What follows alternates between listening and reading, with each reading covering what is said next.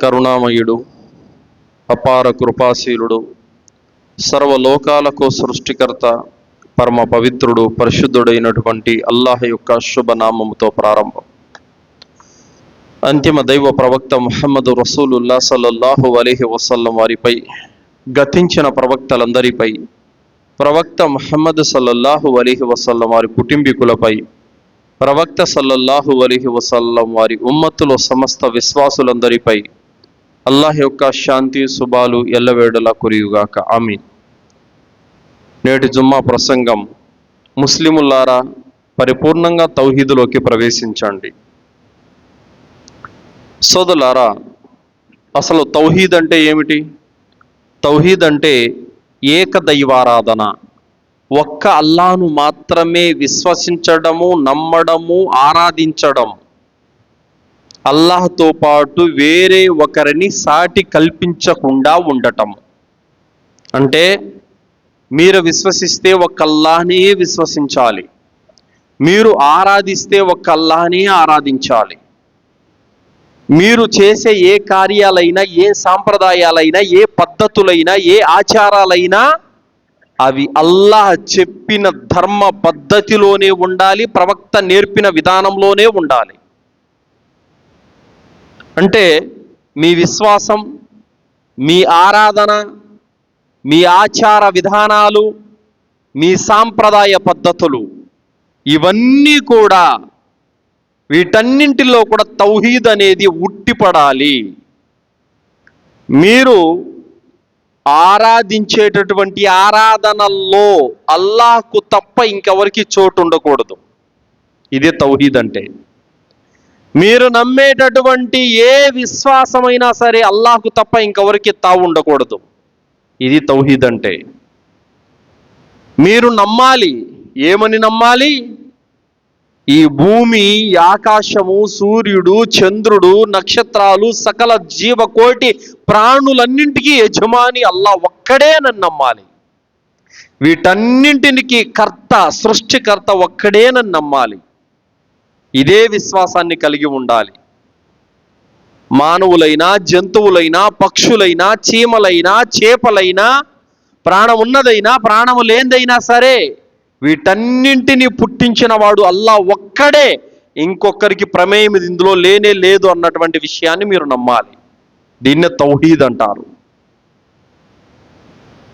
అలాగే ఈ సమస్త లోకాలను పుట్టించినటువంటి అల్లాహ్కు మాత్రమే సమస్త ఆరాధనలు చెందాలి. అంటే మీరు నమాజ్ చేసినా, రుకు చేసినా, సజ్దా చేసినా, దువా చేసినా, కుర్బానీ ఇచ్చినా, మొక్కుబడి చేసుకున్నా, ఏ ఆరాధన చేసినా కేవలం సృష్టికర్త అయిన అల్లాహ్కు ఒక్కడికే చెందాలి తప్ప ఇంకా రెండో వారికి ఆరాధన చేయకూడదు. ఇదే తౌహీద్ అంటే.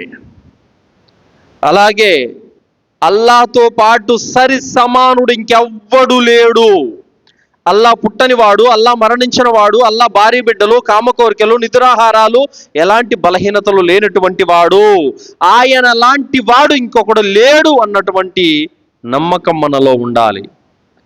అల్లాహ్ లాంటి వాడు ఇంకొకడు ఎవడూ లేడు. అల్లాహ్ లాంటి సృష్టికర్త మరొకడు ఎవడూ లేడు. కావున సృష్టికర్త అయినటువంటి దైవాన్ని, అల్లాహ్ను మనము ఏకైక ఆరాధ్యుడుగా గుర్తించాలి. దాన్నే తౌహీద్ అంటారు. అలాగే మీరు పండగ చేసుకున్నా అది అల్లాహ్ మరియు ప్రవక్త బోధించిన విధానంలోనే ఉండాలి. మీ ఇంట్లో మీ బిడ్డకు పెళ్లి చేసినా అది ప్రవక్త నేర్పించిన తరీకాలోనే ఉండాలి. మీ ఇంట్లో ఎవరైనా మరణించినా, కరణ సంస్కారాలు జరిపినా అది ప్రవక్త నేర్పించిన తరీకాలోనే ఉండాలి. ఏం చేసినా ప్రవక్త తరీకాలోనే ఉండాలి. ఇది ఒక ముస్లిం యొక్క జీవన విధానం. లేదండి, మా తాత ముత్తాతలు చెప్పినట్టు, మా ఊరి వాళ్ళంతా చేసినట్టు, మా ఇష్టానుసారం మేము చేసుకుంటామనంటే ఇంకా ప్రవక్త ఎందుకు వచ్చింది? ప్రవక్త వచ్చిందే మీకు ధర్మం నేర్పటానికి. ప్రవక్త అవతరించిందే మీకు ధర్మం ఏంటో, అధర్మం ఏంటో, సత్యమేంటో, అసత్యమేంటో, హలాల్ ఏంటో, హరాం అంటే ఏంటో నేర్పటానికే ప్రవక్త వచ్చాడు. మరి అలాంటి ప్రవక్త మాట మీరు వినకపోతే ఎలా? అందుకే అల్లాహ్ సుబ్హానహు వ తఆలా ఖురాన్ గ్రంథంలో అంటున్నాడు, యా అయ్యుహల్లదీన ఆమను అతీఉల్లాహ వ అతీఉర్ రసూల్ వలా తుబ్తిలు అమాలకుం. ఓ విశ్వసించినటువంటి ప్రజలారా, మీరు అల్లాహకు విధేయత చూపండి, ప్రవక్త చెప్పినట్టు వినండి. వలా తుబ్తిలు అమాలకుం, మరియు మీ కర్మలను పాడు చేసుకోగాకండి అని అల్లాహ్ చెప్పాడు. అంటే మీరు ప్రవక్త చెప్పినట్టు వినకపోతే మీరు చేసే కార్యాలన్నీ కూడా వృధా అయిపోతాయి, మీరు చేసుకున్న ఆరాధనలన్నీ మంచి పనులన్నీ కూడా నాశనం అయిపోతాయి ఆ ప్రవక్త చెప్పినట్టు వినకపోతే. కావున సోదరులారా, మనము తౌహీద్ పైన స్థిరంగా ఉండాలి. అల్లాహ్ ధర్మంలో చెప్పినట్టు, అల్లాహ్ ఖురాన్ గ్రంథంలో బోధించినట్టు, ప్రవక్త మనకు నేర్పించినట్టు తౌహీద్ మీద గట్టిగా ఉండాలి, ఏకదైవారాధన మీద స్థిరంగా ఉండాలి. మరి ఏకదైవారాధన ఈరోజు గాడి తప్పుతుంది. ముస్లిముల యొక్క విశ్వాసం రాంగ్ సైడ్ వెళ్ళిపోతుంది. ముస్లిముల యొక్క ఆరాధన, ముస్లిముల యొక్క నమ్మకం ఈరోజు రాంగ్ రూట్లో వెళ్ళిపోతా ఉంది. మరి దాని గురించి కూడా మనము తప్పనిసరిగా తెలుసుకోవాలి, అవగాహన పొందాలి. ఎందుకంటే ఈరోజు చాలామంది, కొంతమంది ముస్లింలు అనుకుంటున్నారు, ఔలియాలండి, ఔలియాలు, వాళ్ళని తక్కువ చేసి మీరు ఎలా మాట్లాడతారు అన్నటువంటి మాటలు కూడా వినపడుతున్నాయి. ఔలియాలను తక్కువ చేసి ఎవరూ మాట్లాడరు. ఔలియాలను ప్రేమించాలి, వారిని అభిమానించాలి, వాళ్ళని అనుసరించాలి, అంతే తప్ప వారిని ఆరాధ్య దైవమైన అల్లాహ్ స్థాయికి తీసుకెళ్లి పెట్టకూడదు. మరి దీని గురించి మరికొన్ని హదీసులు మన ముందర ఉన్నాయి, వాటిని తప్పనిసరిగా మనం తెలుసుకోవాలి. సహీ ముస్లిం 2243వ హదీసులో అబుల్ హయ్యాజ్, ఈయన ఒక వ్యక్తి, అలీ రదియల్లాహు అన్హు వారు అబుల్ హయ్యాజ్తో అంటున్నారు, అబుల్ హయ్యాజ్, ప్రవక్త నన్ను ఏ పని మీద అయితే పంపారో ఆ పని మీద నేను నిన్ను పంపుతున్నాను. ఆ పని ఏమిటంటే, ప్రవక్త గారు నన్ను పంపేటప్పుడు నాకు ఆదేశించారు, కనబడినటువంటి ప్రతి చిత్రపటాన్ని చెరిపివేయి, ఎత్తుగా కట్టబడినటువంటి ప్రతి సమాధిని కూడా నేలమట్టం చేసేయి అని చెప్పారు. ఈ మాట ఎవరు చెప్పారు? ప్రవక్త ముహమ్మద్ సల్లల్లాహు అలైహి వసల్లం వారు అలీ రదియల్లాహు అన్హు వారిని పంపిస్తూ చెప్పారు, ఎత్తుగా కట్టబడినటువంటి సమాధిని కూల్చి నేలమట్టం చేసేయని చెప్పారు. ఎందుకు ఈ మాట చెప్పారు? ఈరోజు దర్గాలలో ఎత్తుగా నిర్మించి వాటిపైన పచ్చ చేదరు, ఎర్ర చేదరు కప్పుతున్నారు. ఒకవేళ ఆ ప్రవక్త గనక ఈరోజు బ్రతికే ఉంటే, ఇలాంటి సమాధులు ఆయన కంటికి కనపడితే గనక ఖచ్చితంగా ఆయన ఒక సమిటితోనూ గొడ్డలు తీసుకుని వాటిని కూల్చి పడేస్తారు. ఈరోజు ముస్లిములలో చాలా మంది దారి తప్పిన వారు ఎత్తుగా సమాధులు నిర్మించి వాటికి దర్గాలని పేరు పెట్టి పచ్చ చేదరు, ఎర్ర చేదరు కప్పుతున్నారు. మరి ప్రవక్త గారు వీటిని ఒప్పుకుంటారా? ఒప్పుకోరు, ఎట్టి పరిస్థితుల్లో ఒప్పుకోరు. ఈ రోజే గనక ప్రవక్త కానీ, సహాబీలు కానీ, ఔలియాలు కానీ బ్రతికే ఉంటే గనక దర్గాల్లో ఉన్న ఒక్క సమాధిని కూడా వాళ్ళు ఉండిచ్చేవారు కాదు, నేలమట్టం చేసేవారు. ఎందుకంటే ప్రవక్త సల్లల్లాహు అలైహి వసల్లం వారు అలీ రదియల్లాహు అన్హు వారికి చెప్పారు, ఎత్తుగా కట్టబడిన ప్రతి సమాధిని నేలమట్టం చేసేయని చెప్పారు. ఎందుకు? ప్రవక్త ముహమ్మద్ సల్లల్లాహు అలైహి వసల్లం వారు బ్రతికి ఉండగానే సహాబీలో ఎంతో మంది చనిపోయారు. ఆ సహాబీలు ఔలియాలు కారా? ఔలియాలే. అల్లాహ్ వారితో ఇష్టపడిపోయాడు, రదియల్లాహు అన్హుం వరదు అను. అల్లాహ్ సుబ్హానహు వ తఆలా వాళ్ళ పట్ల ప్రసన్నుడైపోయాడు సహాబాలతో. అలాంటి సహాబీలు చనిపోతే ప్రవక్త సల్లల్లాహు అలైహి వసల్లం వారు పూడ్చిపెట్టారు. వారికి సమాధి ఎలా ఉందండి? కేవలం మట్టిలోనే ఉంది. ఓ జానడెత్తు మట్టి మాత్రమే ఉంటుంది, ఇంకేమీ ఉండదు. ఏ సహాబీ సమాధి కూడా సిమెంట్తో గచ్చులాగా కట్టడము, ఎత్తుగా కట్టడము, వాటి మీద చాదర్లు కప్పడము ప్రవక్త గారు ఎప్పుడు చేయలేదు. ఒకవేళ ఈరోజు దర్గాల్లో పూజింపబడుతున్నటువంటి ఔలియాలను ఎవరైతే దర్గాలుగా చేసుకున్నారో వారు చేస్తున్నది హలాలే అయితే గనక ప్రవక్త గారు చేసి ఉండాలి కదా, చేయలేదు. కావున ప్రవక్త సల్లల్లాహు అలైహి వసల్లం వారు గట్టిగా వారించారు, ఏమని? ఎత్తుగా కనబడిన సమాధిని నేలమట్టం చేయమని చెప్పారు. కావున సమాధులను ఎత్తుగా నిర్మించడం అనేది ఇస్లాంలో హరాము, ఇస్లాంలో నిషేధించబడింది. అది ఔలియా సమాధి అయినా, అది ప్రవక్త సమాధి అయినా, అది సహాబీ సమాధి అయినా, అది పుణ్యపురుషుడు సమాధి అయినా, ఎవరి సమాధి అయినా సరే ఎత్తుగా నిర్మించేటటువంటి అనుమతి ఇస్లాంలో లేదు. ఇక రెండో విషయం, సహీ ముస్లిం 2245వ హదీసు, జాబిర్ రదియల్లాహు అన్హు యొక్క ఉల్లేఖనం. ప్రవక్త ముహమ్మద్ సల్లల్లాహు అలైహి వసల్లం వారు నిషేధించారు వేటిని? సమాధిని దృఢంగా కట్టడాన్ని, సమాధి మీద సున్నం కొట్టడాన్ని, సమాధిపై కూర్చోవటాన్ని, సమాధి పైన గోపురాలు కట్టడాన్ని ప్రవక్త ముహమ్మద్ సల్లల్లాహు అలైహి వసల్లం వారు గట్టిగా వారించారు. చాలా మంది సమాధులు కట్టి వాటి మీద సత్రాలు కడుతూ ఉంటారన్నమాట, అది కూడా నిషేధమే. వాటి మీద గోపురాలు కడుతూ ఉంటారు, అది కూడా నిషేధమే. వాటికి సున్నాలు కొడుతూ ఉంటారు, అది కూడా నిషేధమే.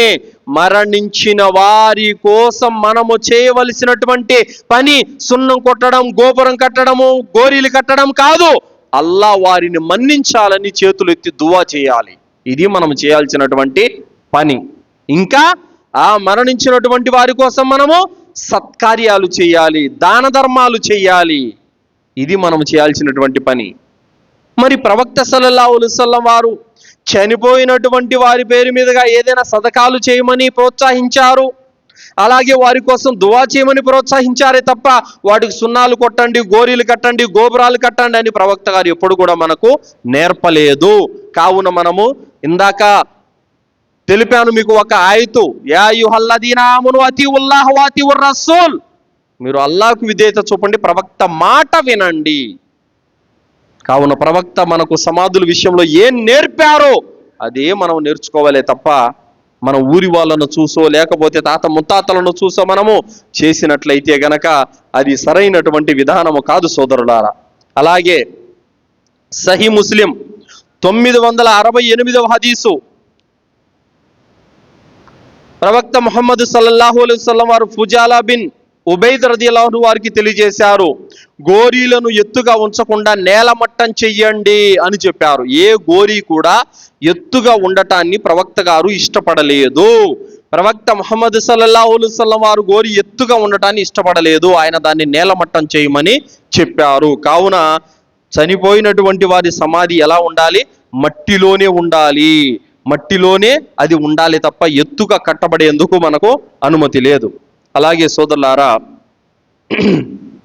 సహీ ముస్లిం 2242వ హదీసు, సమ్మా బిన్ షాఫీ ఇలా వివరించారు, మా స్నేహితుడు వఫత్తును కనుగొన్నప్పుడు మేము రోమ్లోని జిజియాలో ఫుజాలా బిన్ ఉబైద్ అన్సారీ రదియల్లాహు అన్హు వారితో కలిసి ఉన్నాము. ఫుజాలా బిన్ ఉబైద్ రదియల్లాహు అన్హు వారు తన సమాధి గురించి ఇలా ఆజ్ఞాపించారు, అది సమానంగా చేయబడింది. అప్పుడు అతను ఇలా అన్నాడు, ప్రవక్త ముహమ్మద్ సల్లల్లాహు అలైహి వసల్లం వారి నుండి మేము విన్నాము, అదేమంటే సమాధులు కొన్ని ఎత్తుగా ఉన్నాయి, ఎత్తుగా ఉన్నటువంటి సమాధులను మిగతా తగ్గుగా ఉన్న సమాధులతో సమానంగా చేయమని మాకు ఆదేశించారు. అదేమంటే సోదరులారా, ఒక కబరస్థాన్లో సమాధులు కొన్ని చాలా ఎత్తుగా ఉన్నాయి, కొన్ని మట్టిలోనే ఉన్నాయి.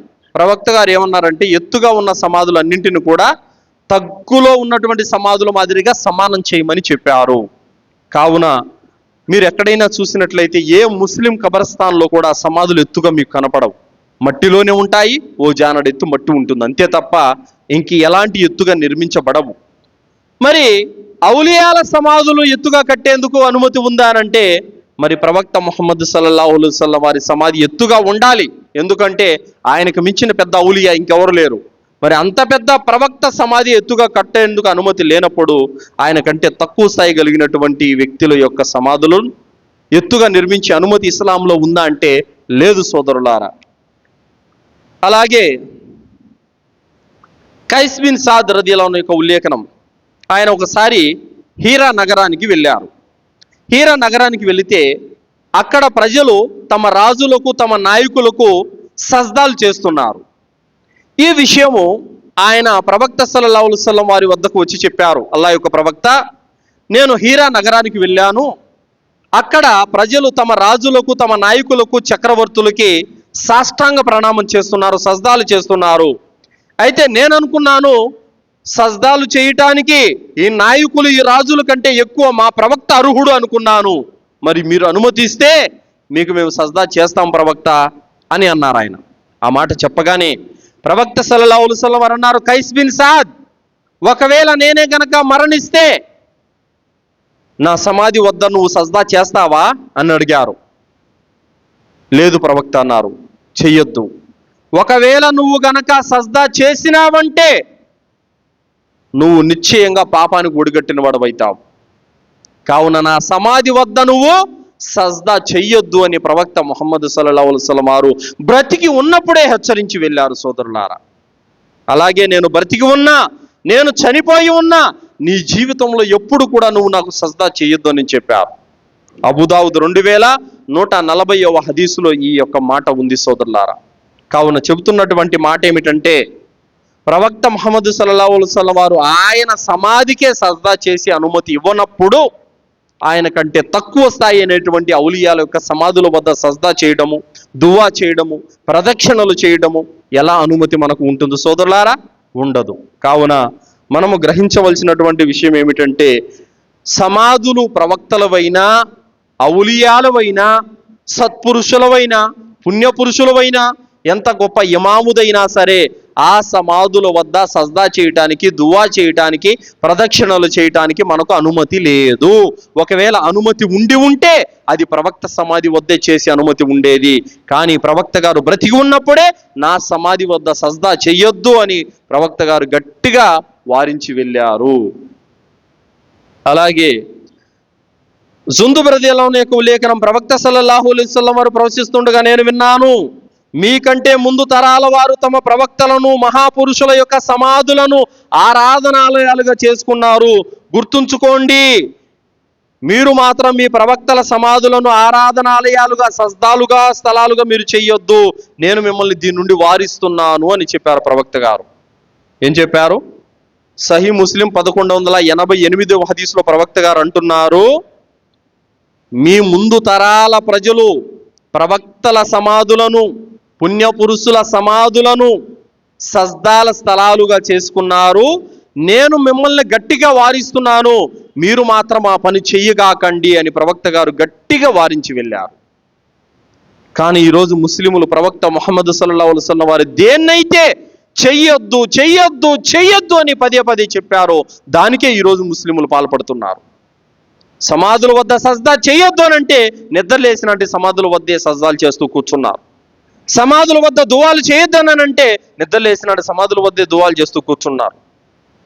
ప్రవక్త దేన్నైతే వారించారో దాని జోలికే పదే పదే వెళుతున్నారు నేడు ముస్లిములు, జ్ఞానం లేనటువంటి వారు. అలాగే సోదరులారా,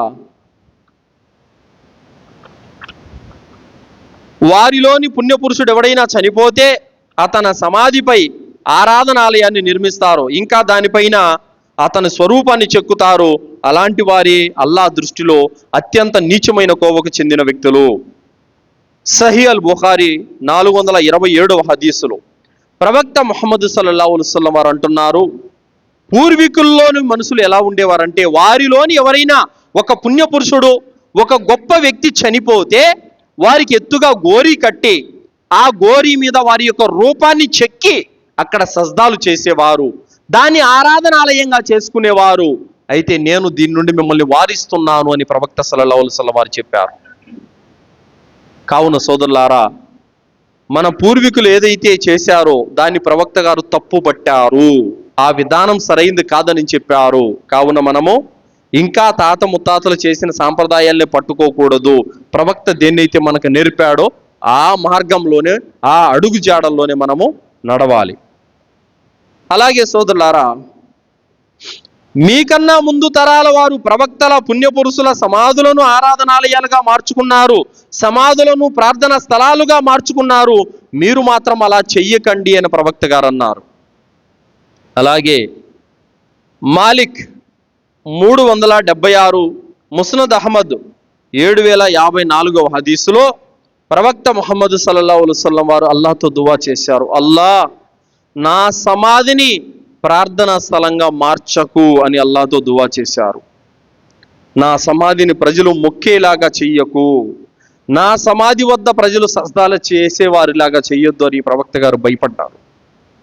మరి దైవ ప్రవక్త ముహమ్మద్ సల్లల్లాహు అలైహి వసల్లం వారు నా సమాధి వద్ద పూజలు జరగకూడదు అని కోరుకున్నారు, అలాగే నా సమాధి వద్ద సజ్దాలు చేయకూడదు అని కోరుకున్నారు. మరి అలాంటిది ఆయన కన్నా తక్కువ స్థాయిలైనటువంటి ఔలియాలు ఎవరైతే ఉన్నారో వాళ్ళు మా సమాధుల వద్ద ఇవి చెయ్యండి అవి చెయ్యండి అని వాళ్ళు ఆదేశించి ఉంటారా? లేదు. వారి పేరు మీదుగా వీరు అధర్మ కార్యాలు జరుపుకుంటా ఉన్నారు. సోదరులారా, దైవ ప్రవక్త ముహమ్మద్ రసూలుల్లాహ్ సల్లల్లాహు అలైహి వసల్లం వారు ప్రవచించారని అబూ సయీద్ అల్ రదియల్లాహు అన్హు యొక్క ఉల్లేఖనం ప్రకారం సహీహ్ బుఖారీ 1197 హదీసు, 3 మస్జిదులకు తప్ప ఇంకెక్కడికి పుణ్యాన్ని ఆశించి వెళ్ళకూడదు. ఈ 3 మస్జిదులు అంటే మస్జిద్ అల్ హరాం మక్కాలో ఉన్నది, మస్జిద్ నబవి మదీనాలో ఉన్నది, మస్జిద్ అల్ అక్సా పాలస్తీనాలో ఉన్నది. ఈ 3 మస్జిదులకు ముస్లింలు పుణ్యాన్ని ఆశించి వెళ్ళవచ్చు. ఈ 3 మస్జిదులకు తప్ప పుణ్యాన్ని ఆశించి ఇంకెక్కడికి కూడా జియారత్ చేయకూడదు. జియారత్ అని అంటే పర్యాటనం చెయ్యకూడదు. కావున చాలామంది మేము కస్పూర్కి వెళ్తాము, అక్కడికి వెళ్తే పుణ్యము, మేము అజ్మీర్కి వెళ్తాము, అక్కడికి వెళ్తే పుణ్యము, మేము మౌలా తట్టుకి వెళ్తాము, అక్కడికి వెళ్తే పుణ్యము అని అంటే ప్రవక్త గారు ఏమన్నారు? 3 మస్జిదులకు తప్ప ఇంకెక్కడికి మీరు జియారత్ చేయకూడదు పుణ్యాన్ని ఉద్దేశించి. కావున మీరు ఈ 3 మస్జిదులకు వెళ్ళే అనుమతి ఉంది. మిగతా మస్జిదులు కూడా వెళ్ళొచ్చు, అయితే పుణ్యాన్ని ఆశించి వెళ్ళడం మాత్రం తప్పు. అలాగే ఆయిషా రదియల్లాహు అన్హా యొక్క ఉల్లేఖనం, ఉమ్మే హబీబా, ఉమ్మే సల్మా వీళ్ళు అబిసీనియాకు వెళ్ళారు. అబిసీనియాకు వెళ్ళినప్పుడు అక్కడ చర్చిలో కొన్ని విగ్రహాలు చూశారు, కొన్ని చిత్రపటాలు చూశారు. చూసి మదీనాకు వచ్చిన తర్వాత ప్రవక్త సల్లల్లాహు అలైహి వసల్లం వారికి చెప్పారు, అల్లాహ్ యొక్క ప్రవక్త, మేము అబిసీనియాలో చర్చిలలో విగ్రహాలను చిత్రపటాలను చూశాము అని చెప్పగానే ప్రవక్త సల్లల్లాహు అలైహి వసల్లం వారు అన్నారు, వారిలోని ఎవరైనా పుణ్యపురుషులు గొప్ప వ్యక్తులు చనిపోతే గనక వారి యొక్క చిత్రాలు, వారి యొక్క విగ్రహాలు, రూపాలు తయారు చేసి అక్కడ పెట్టేవాళ్ళు. ఇంకా వారిలోని ఎవరైనా చనిపోతే ఆ సమాధి మీద వాళ్ళు మందిరం కట్టేవాళ్ళు. కానీ మీరు మాత్రం అలా చెయ్యకండి అని ముస్లిములకు ప్రవక్త గారు ఉపదేశించారు.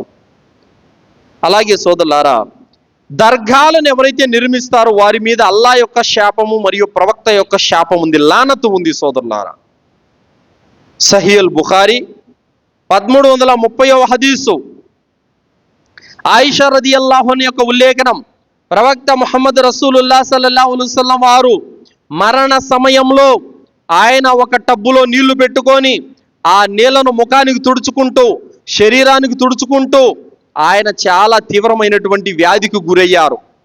ఆ సమయంలో ఇంకా కొద్దిసేపటికి చనిపోతారనంగా ఆ సమయంలో యూదులను, క్రైస్తవులను అల్లాహ్ నాశనం చేయుగాక, ఎందుకంటే వాళ్ళు తమ ప్రవక్తల సమాధులను కట్టుకొని ఆ సమాధుల దగ్గర పూజలు చేయటం మొదలుపెట్టారు.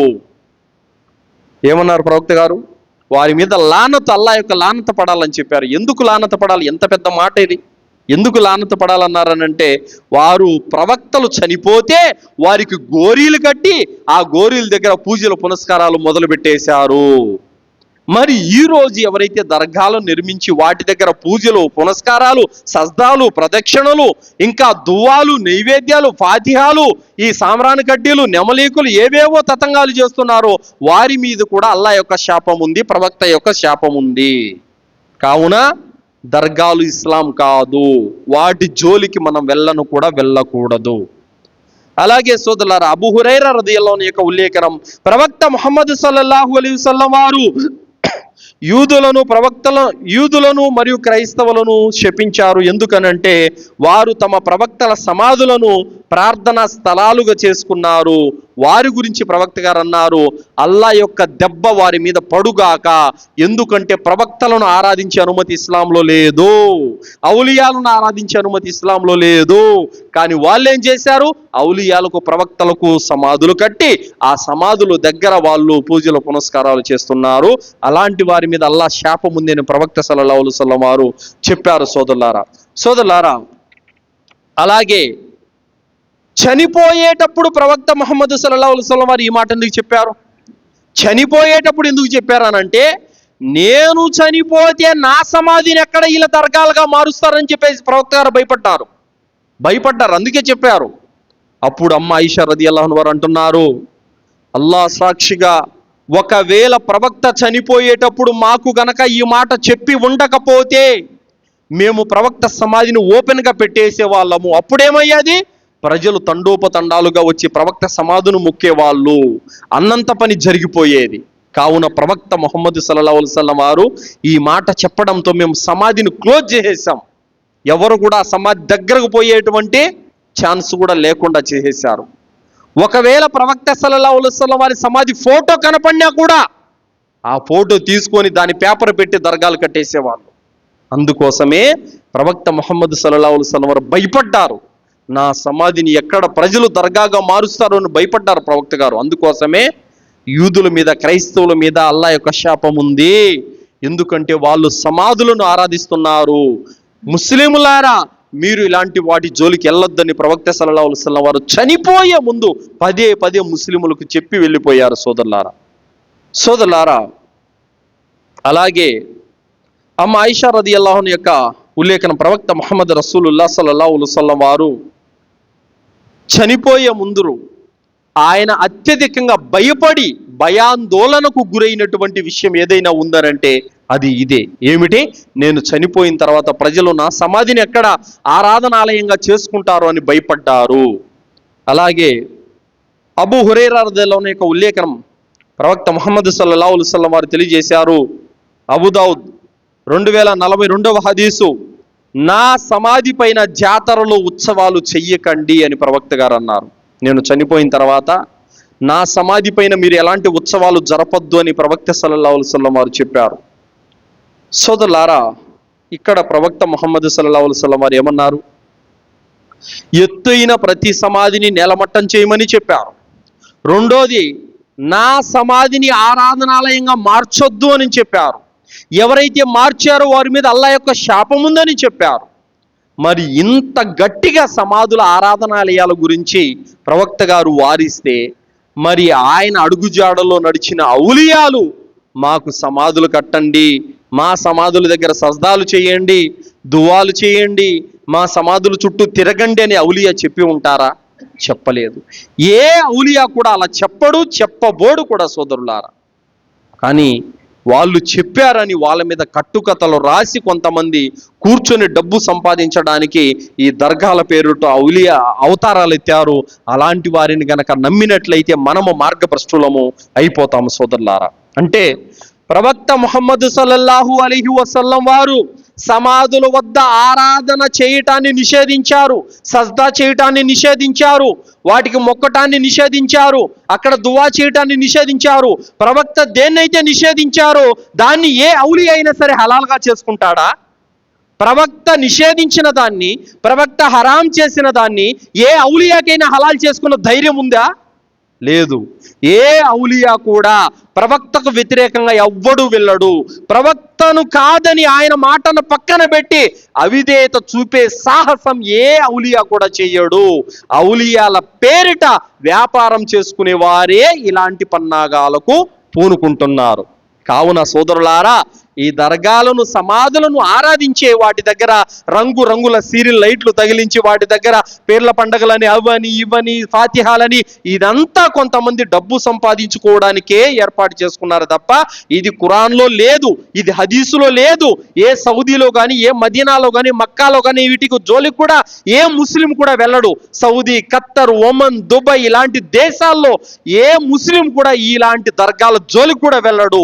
ఎందుకు వెళ్ళరంటే వాళ్ళకి ధర్మం తెలుసు, వాళ్ళు ఖురాన్ చదివారు, వాళ్ళ హదీసులు చదివారు, వాళ్ళకి హలాల్ ఏంటో తెలుసు, వారికి హరాం ఏంటో తెలుసు, ఎవరిని మొక్కాలో ఎవరిని మొక్కకూడదో, ఏం చేయాలో ఏం చేయకూడదో వారికి బాగా తెలుసు. మనకే తెలియదు. గుడ్డిగా దేన్ని పడితే దాన్ని మొక్కేస్తున్నాం. చెట్టు కనపడినా మొక్కడమే, సమాధి కనపడినా మొక్కడమే, చిత్రపటం కనపడినా మొక్కడమే, పాము కనపడినా మొక్కడమే, ఆవు కనపడినా మొక్కడమే. సృష్టికర్త అనేవాడు ఒకడున్నాడు పైన, ఆయన తప్ప ఇంకెవరిని ఆరాధించకూడదు అన్నటువంటి ధ్యాస, బుద్ధి, జ్ఞానం ముస్లిములకు లేదు. మనుషులు తయారు చేసిన వాటికి, మనుషులు కట్టిన వాటికి, మనుషులు నమ్మించే వాటి వెనకాల పరిగెడుతూ ఈరోజు పూజలు పునస్కారాలు చేసుకుంటే రేపు స్వర్గం మాత్రం అల్లా మీకు ఎలా ఇస్తాడనుకుంటున్నారు? ఆయన చెప్పినట్లు మీరు జీవితం గడిపితే మీకు జన్నతు లభిస్తుంది. ఆయన ఒక ప్రవక్తను పంపాడు, ఆ ప్రవక్త అడుగుజాడల్లో మిమ్మల్ని నడవమన్నాడు. కాబట్టి ఆ ప్రవక్త చెబుతున్నాడు సమాధుల జోలికి వెళ్ళొద్దని, ఆ ప్రవక్త చెబుతున్నాడు సమాధుల వద్ద సజ్దా చేయొద్దు అని, ఆ ప్రవక్త చెబుతున్నాడు సమాధుల వద్ద ఉత్సవాలు జరపొద్దని, ఆ ప్రవక్త చెబుతున్నాడు సమాధులను ఆరాధనాలయాలుగా చేసుకోవద్దని. కావున ఈ సమాధుల జోలికి ఏ ముస్లిం కూడా వెళ్ళకూడదు. వెళ్ళినట్లయితే కనుక అతను స్పష్టమైన మార్గభ్రష్టత్వానికి లోనైనట్టే సోదరులారా. అలాగే అబూదావుద్ 3236, తిర్మిజీ 320వ హదీసు, ప్రామాణికమైనటువంటి హదీసు.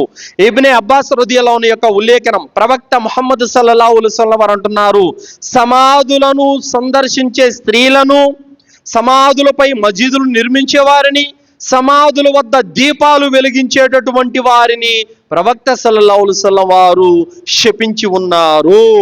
కావున మనము సమాధుల వద్ద దీపాలు వెలిగించడానికి పరిగెడుతూ ఉంటాం. సాయంత్రం కాగానే ఆ యాప చెట్టు వద్ద ఒక బండ నాటి ఉంటారు, దాని కింద దీపం వెలిగించడానికి పరిగెడుతూ ఉంటారు చాలా మంది. ఇది ఇస్లాంలో అతి ఘోరమైనటువంటి పాపము. దీపాలు వెలిగించేది ఇస్లాంలో లేదు, సాంబ్రాణి కడ్డీలు ముట్టించేది ఇస్లాంలో లేదు, అలాగే కర్పూరాలు, ఇంకా నైవేద్యాలు, ఫాతిహాలు ఇవన్నీ ఇస్లాం కాదు. మీరు నమాజు చెయ్యటం ఇస్లాం, రంజాన్లో రోజాలు పాటించడం ఇస్లాం, మీకు స్తోమత ఉంటే హజ్జు ఉమ్రాలు చేయటం ఇస్లాం, బక్రీద్ పండగకి కుర్బానీ ఇవ్వడం ఇస్లాం, ఖురాన్ హదీసులు చదవటం ఇస్లాం, దువాలు చేసుకోవడం, జిక్ర్ చేయటం, ఇదంతా ఇస్లామే. కానీ దర్గాల దగ్గర ఏదైతే తతంగం నడుస్తుందో అది ఇస్లాం కానే కాదు. అలాగే తాత ముత్తాతల యొక్క సాంప్రదాయం అని ఎవరైతే ఈరోజు ఈ సమాధుల వద్ద కార్యకలాపాలు నడిపిస్తున్నారో దాని గురించి ప్రవక్త సల్లల్లాహు అలైహి వసల్లం వారు ఏమన్నారంటే, సోదరులారా, మీరు మీ తాత ముత్తాతల యొక్క అడుగు జాడల్లో నడుస్తారు. ఎలా నడుస్తారంటే, వారు ఒకవేళ ఉడుము కన్నంలోకి పోయినట్లయితే మీరు కూడా